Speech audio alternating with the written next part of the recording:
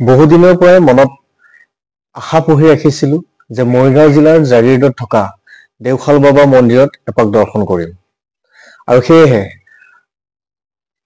সময় আৰু সুবিধা মিলাই আজি আমি ৰাওনা হৈছোঁ মৰিগাঁও জিলা জাগিৰোডত থকা দেওশাল বাবা মন্দিৰলৈ। আপোনালোকে যদি মৰিগাঁও জিলাৰ জাগিৰোডত অৱস্থিত এই দেওশাল বাবা মন্দিৰলৈ আহিব বিচাৰে, তেন্তে আপোনালোকে যদি গুৱাহাটীৰ পৰা আহে, তেন্তে গুৱাহাটীৰ পৰা জাগিৰোডৰ এই দেওশাল বাবা মন্দিৰলৈ হ'ব আপোনাৰ 55 কিলোমিটাৰ। আৰু যদি আপুনি নগাঁৱৰ পৰা আহে, নগাঁৱৰ পৰা আপোনাৰ এই দেওশাল বাবা মন্দিৰলৈ হ'ব 65 কিলোমিটাৰ। আৰু যদিহে আপুনি মৰিগাঁও টাউনৰ পৰা আহে, তেন্তে মৰিগাঁও টাউনৰ পৰা এই দেওশাল বাবা মন্দিৰলৈ মাত্ৰ 25 কিলোমিটাৰ। আৰু জাগিৰোডৰ মেইন টাউনৰ পৰা এই দেওশাল বাবা মন্দিৰলৈ হ'ব মাত্ৰ 3 কিলোমিটাৰ। আৰু জাগিৰোডৰ 37 নং ৰাষ্ট্ৰীয় ঘাইপথৰ লগতেই এই দেওশাল বাবাৰ মন্দিৰ আপোনালোকে দেখিবলৈ পাব। আমি আহি বৰ্তমান এই মৰিগাঁও টাউনত প্ৰৱেশ কৰিছোঁ। আৰু আপোনালোকে স্ক্ৰীনত যে দেখিছে, এইখনে হৈছে মৰিগাঁও টাউন।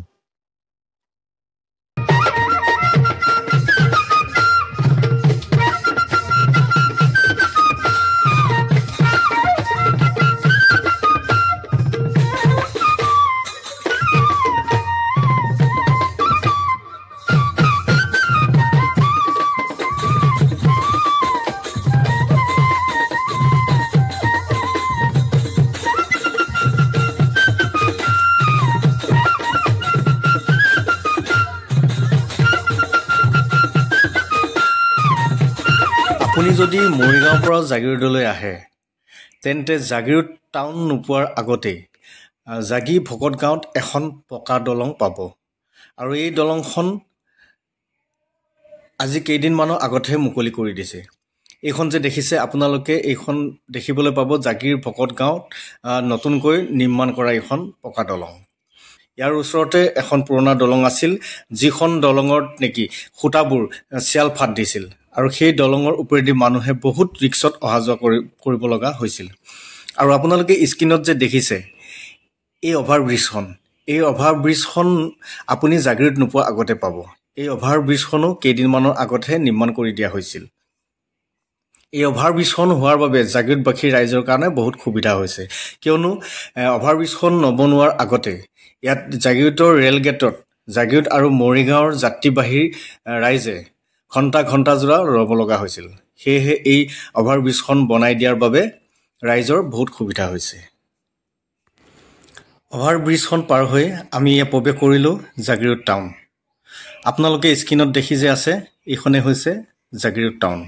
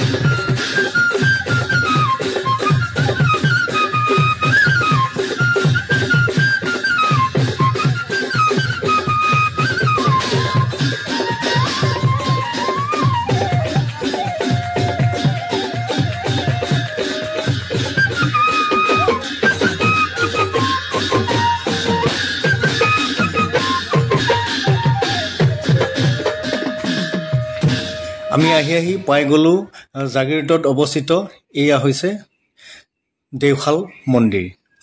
এক সুন্দৰ বিস্তৃত এলেকাৰে আৱৰি মনোমোহাৰ প্ৰাকৃতিক সৌন্দৰ্যৰ মাজত অৱস্থিত দেওশাল মন্দিৰ। প্ৰতি বছৰে মহাশিৱৰাত্ৰিত বহু উলহ মালহেৰে পালন কৰা হয়। মহাশিৱৰাত্ৰিৰ দিনা এই মন্দিৰত ইমান ভক্তপ্ৰাণ ৰাইজৰ ভিৰ হয়, সিদিনা আপুনি ভগৱানৰ চৰণত এগছি বন্তি জ্বলাবলৈ গোটেই দিন শাৰী পাতিব লগা হয়।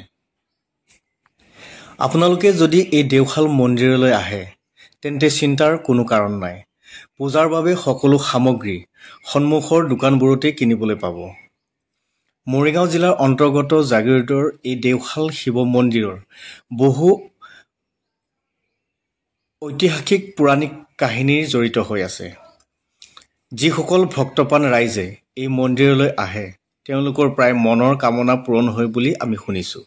সেয়েহে বহু আশা আৰু কল্পনা লৈ আমিও আজি আহিছোঁ জাগিৰোডত থকা এই দেওশাল মন্দিৰলৈ। মৰিগাঁৱত থকা এই দেওশাল মন্দিৰটো দেশৰ ভিতৰতে এটা লেখত ল'ব লগা মন্দিৰ হয়। মূলতে পাহাৰত বসবাস কৰা তিৱা ৰজা ভৈয়ামলৈ নামি আহি ভৈয়ামৰ গুভাত বসতি স্থাপন কৰি তিৱাৰ ৰাজ্য চলাইছিল আৰু তেওঁলোকৰ তিৱাৰ ৰীতি নীতি পালনৰ বাবে এই তিৱা ৰজাই এই মন্দিৰটো স্থাপন কৰিছিল আৰু পাছলৈ এই মন্দিৰটোৰ নামেই হৈছিল দেওশাল শিৱ মন্দিৰ। দেও মানে দেৱতা। পৌৰাণিক দিনত ৰজাবোৰক দেৱতাৰ দৰে মানা হৈছিল। আৰু শাল মানে বলি দিয়া ঘৰ। দেওশাল দেৱতাৰ সকলৰ বাবে বলি দিয়া ঘৰ।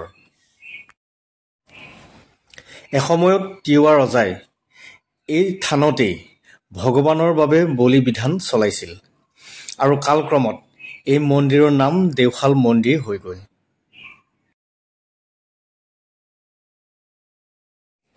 প্ৰাচীন কালত এই মন্দিৰ ভাগতে হেনো নৰ বলি বিধান দিয়া হৈছিল। বৰ্তমান কিন্তু তেনে প্ৰথা নাই। 10ম শতিকাতেই তিৱাৰ গুভা ৰজাই হেনো এই মন্দিৰ প্ৰতিষ্ঠা কৰিছিল।